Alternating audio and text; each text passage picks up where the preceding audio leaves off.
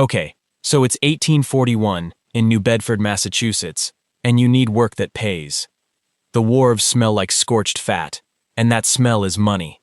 Casks of sperm oil stand in rows sweating in the sun, and a cooper works down the line, tapping iron hoops tight so the cargo doesn't leak value before it reaches a buyer. You can smell the margin. Nailed to a chandler's window is a sheet listing the ships that are taking men. The ships themselves are out in the harbor, loading for the Pacific. Not for a season. 3 years is normal now. 4 is not unusual. And nobody standing on this wharf can tell you what any of those vessels will bring home, because the answer depends on animals nobody has counted. So the ledger is unreadable from here. 3 years is what you're being asked to put in. What comes back is defined by one line on that sheet, and the wording of that line decides everything. Here's the picture most people carry. Whaling was filthy work for desperate men. Low pay at the bottom of the labor market. The job you take when nothing else will have you. The pay part is wrong.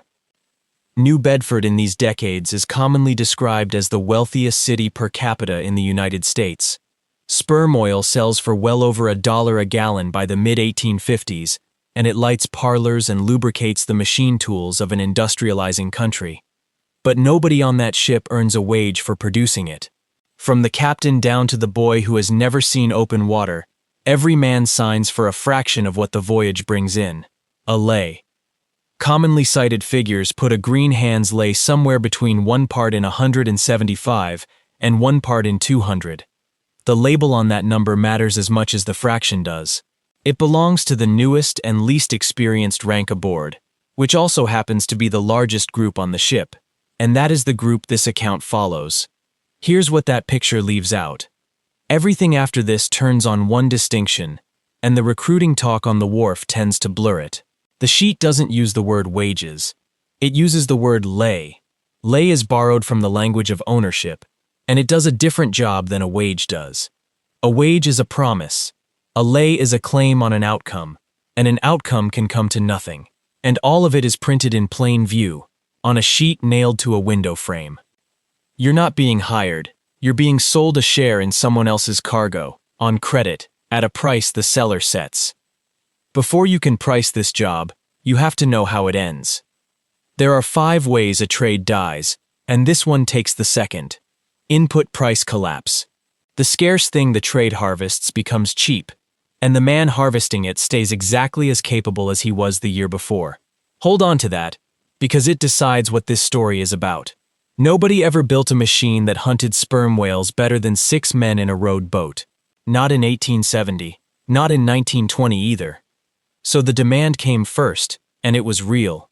Sperm oil burned with a bright, almost odorless flame, and left very little soot.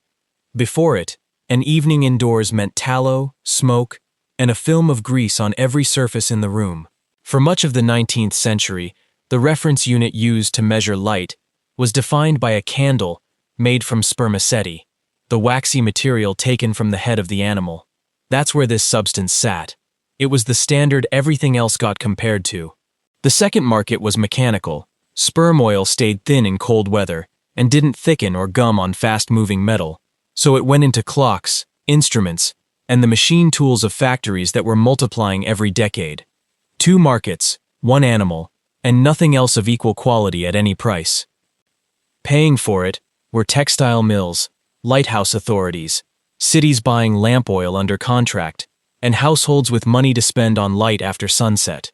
That's the demand side of the ledger, and it held up for decades. Now the supply side, which is where the contract comes from. An owner fitted out a vessel, provisioned it for years, sent it past the reach of any letter, and waited. Nobody could say whether it would come back with a full hold or a quarter of one. A fixed payroll across 3 or 4 years against an unknown catch puts the entire uncertainty of the ocean onto the owner's books. The lay moves it. Under a lay, the crew is paid on cargo actually landed, and if nothing is landed, the payroll line is close to nothing. That's the structure. Everything else is detail inside it. And there's no such thing as a whaleman, singular. There are ranks, and the ranks aren't a ladder of prestige.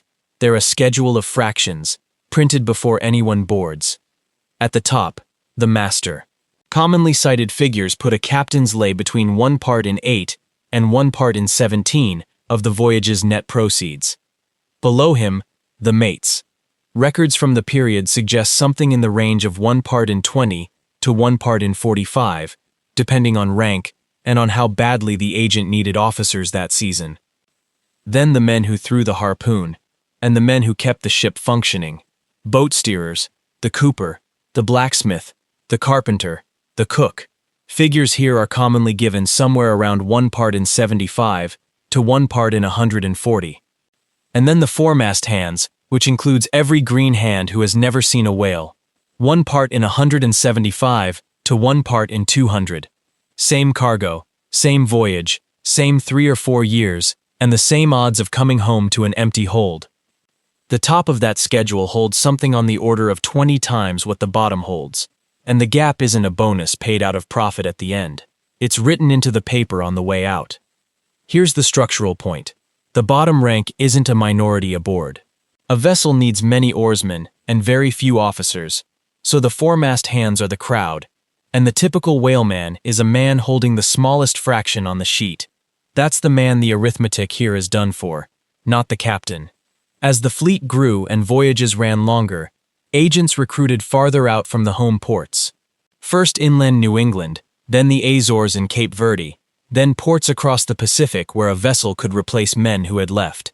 The paper worked the same regardless of where a man signed it, because the fraction was small enough that inexperience cost the owner very little. Now, the other side of the ledger. Signing that sheet isn't free. You need an outfit, oilskins, boots, heavy clothing, a blanket, a knife, a sea chest, and the miscellaneous supplies a man is expected to bring aboard rather than receive. You buy it at an outfitting shop on the wharf, and you don't pay cash, because you don't have cash.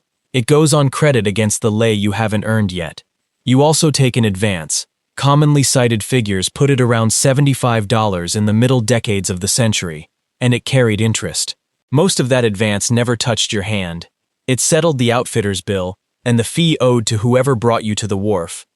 And then there's the part almost nobody accounts for. Your fraction isn't applied to what the cargo sells for. It's applied to what's left after the voyage's own costs come out. Port charges, pilotage, provisions bought in foreign harbors, cooperage, freight on oil shipped home partway through, the commission taken on the final sale. Read the sequence, and the ownership question answers itself. Every foremast hand contributes a proportional share toward operating the enterprise, and holds no share of the enterprise. You carry a slice of the cost. You carry no slice of the asset. So the arithmetic can be against you before the harbor is out of sight. The outfit is charged.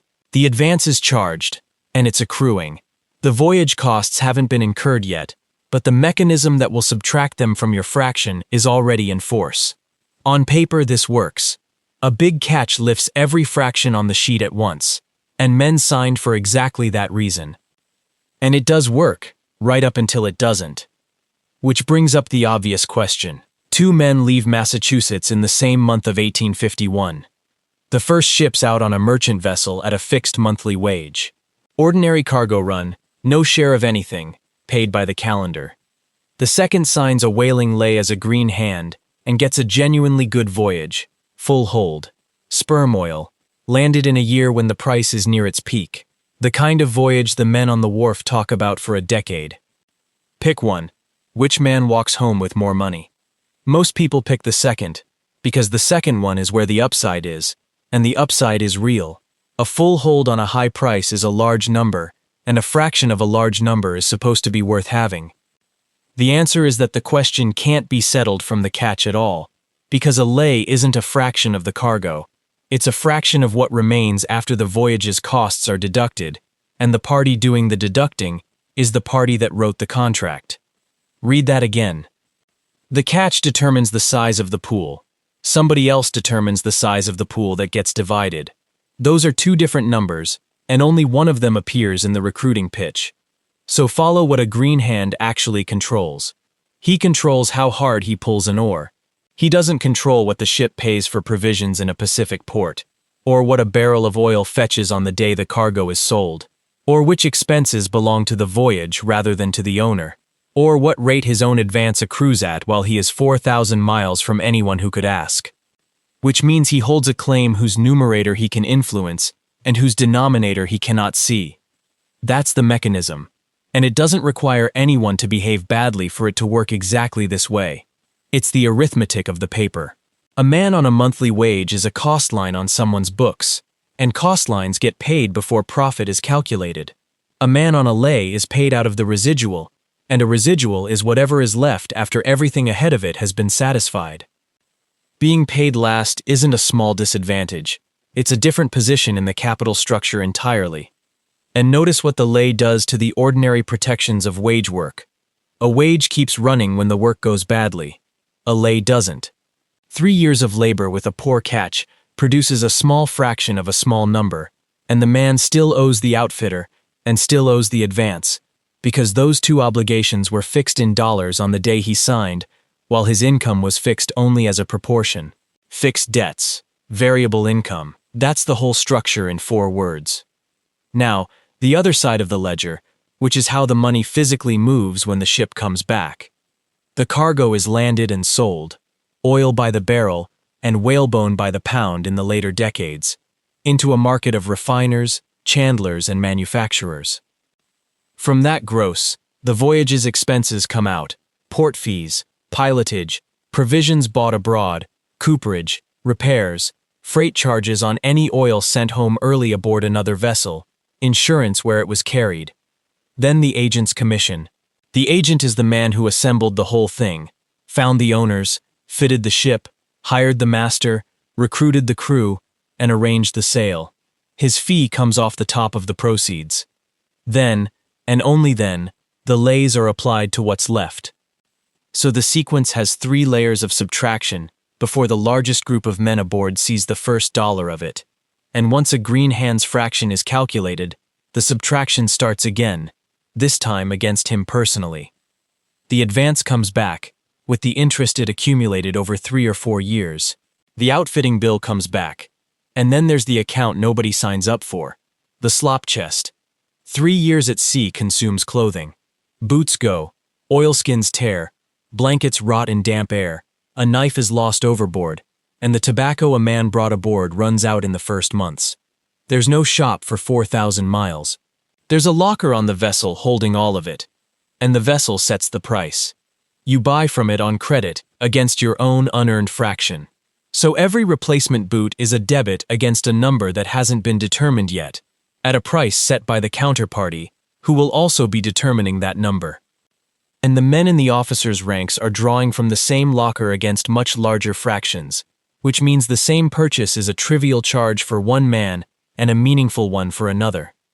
Presented as a queue, and the position is clear. The gross proceeds pay the voyage first, the agent second, the schedule of lays third, and the green hands personal account fourth, out of the smallest fraction on the sheet. 4 positions down, smallest slice, 3 years. Here's the detail that tells you the paper knew exactly what it was doing. If a man left the vessel before the voyage ended, he forfeited what he had accumulated, not a portion of it. The claim was written against the completed voyage, so leaving early meant leaving with nothing to show for the time already spent. The shipping articles a man signed bound him for the duration, and desertion was a matter courts would hear, because a whaling voyage was a commercial venture, and the crew's obligations were terms in a contract. Sit with what that does to the incentive. 2 years into a bad voyage, the rational move for a man is to stay, because leaving converts 2 years of work into 0, while staying preserves a claim on something.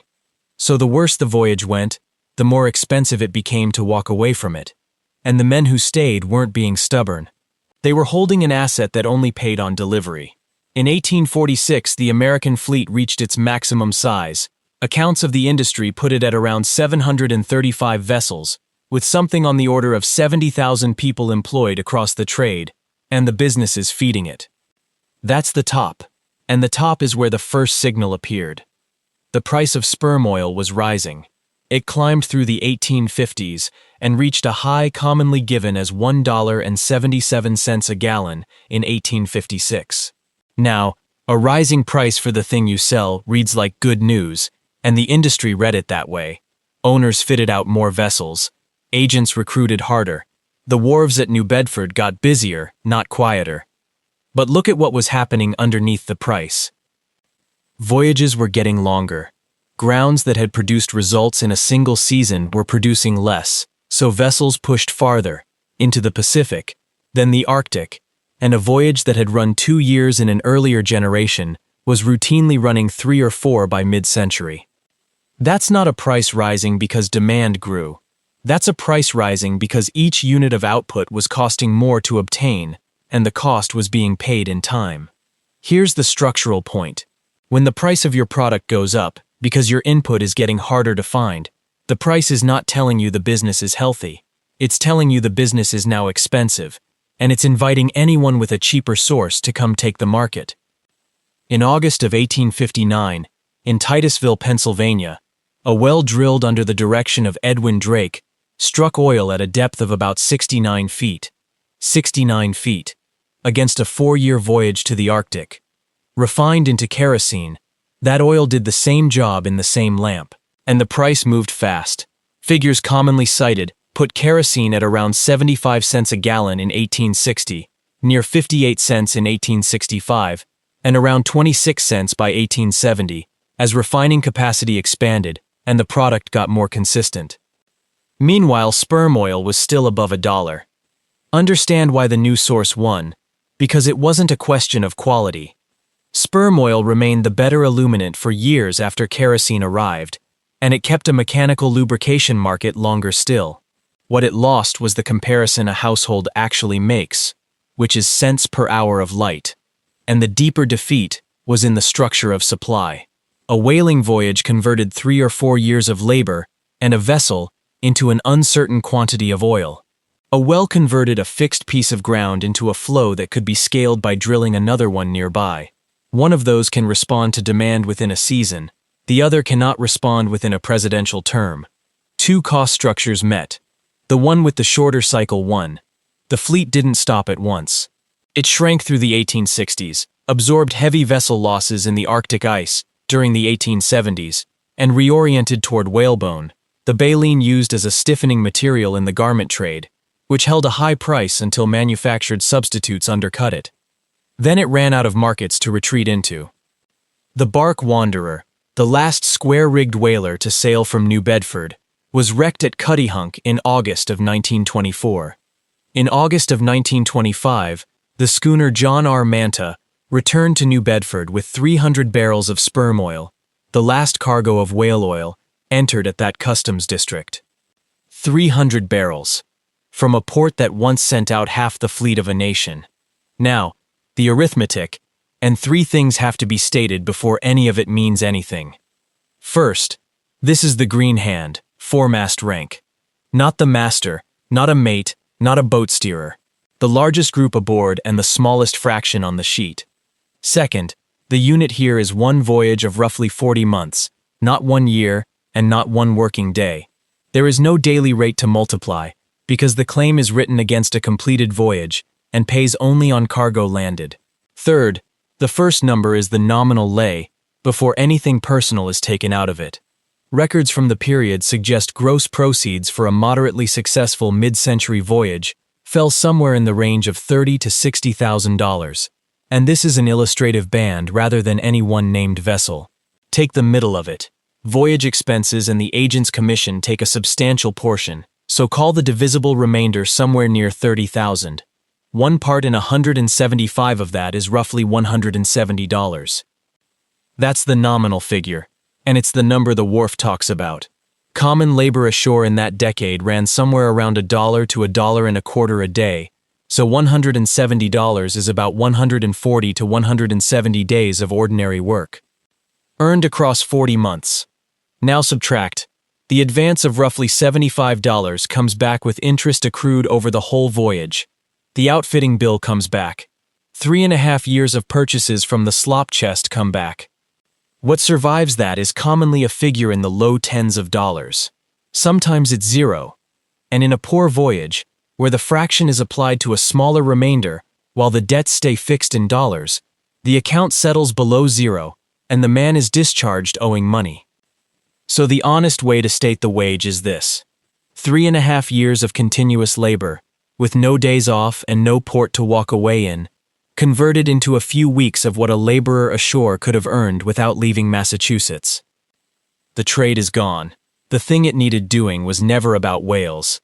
Strip the animal out, and what the owners of 1841 had bought was a way to run a long, uncertain, capital-heavy operation without carrying a fixed payroll across it. That problem did not disappear when the last cargo landed in 1925. It's one of the standing problems of organizing work, and the lay was one solution to it. So look at where the solution went, because that's the part still operating. The structure has 4 parts. A worker is paid a proportion of revenue rather than a rate for time. The proportion is calculated after deductions. The worker supplies and maintains the equipment he needs to do the job, at his own cost, on credit where necessary. And the party organizing the work defines both the percentage and the list of what gets deducted before the percentage is applied. Every one of those 4 is in commercial use right now. You find it wherever earnings are a share of a fare or a job rather than a rate for hours.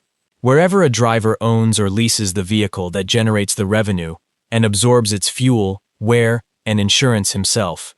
Wherever income is pure commission and the base is net of costs the seller didn't set. Wherever a contractor buys his own tools from the entity that is also calculating his settlement. There's no headcount comparison to offer here, and pretending otherwise would mean inventing a number. 70,000 people were tied to the American fleet at its peak. There is no modern occupation that maps onto that, because what survived isn't the occupation, it's the paperwork. So the function that migrated is a legal one. The lay moved the risk of an uncertain outcome from the party holding the capital to the party supplying the labor, and it did that while describing the arrangement as a share in the upside. That description was accurate. It was also incomplete, and the incomplete half was the denominator. Now the counts are factual, and it takes exactly one variable. Sperm oil had 2 markets, illumination and precision lubrication. Kerosene took the first one, and took it quickly. Had sperm oil held an unbreakable position in the second, in the fine oils for clocks, instruments, and machine tools, the fleet would have had a smaller but defensible business to shrink into. It didn't hold it. Refined petroleum fractions and later synthetic oils met those same specifications at lower cost, and the substitution ran through the second market a few decades behind the first. So the variable isn't far away at all. It's the same variable, arriving twice. Go back to the wharf in 1841, the scorched fat, the iron hoops, the sheet nailed to the window frame. A man reads the word lay, understands it as a piece of the fortune coming off those ships, and signs his name. He wasn't wrong that a fortune was being made there. He was wrong about which line of the document he was on. You're not being hired. You're being sold a share in someone else's cargo, on credit, at a price the seller sets. Which raises the only question that carries forward. If your income is a percentage taken after deductions, who defines the deductions, and what would it cost you to find out?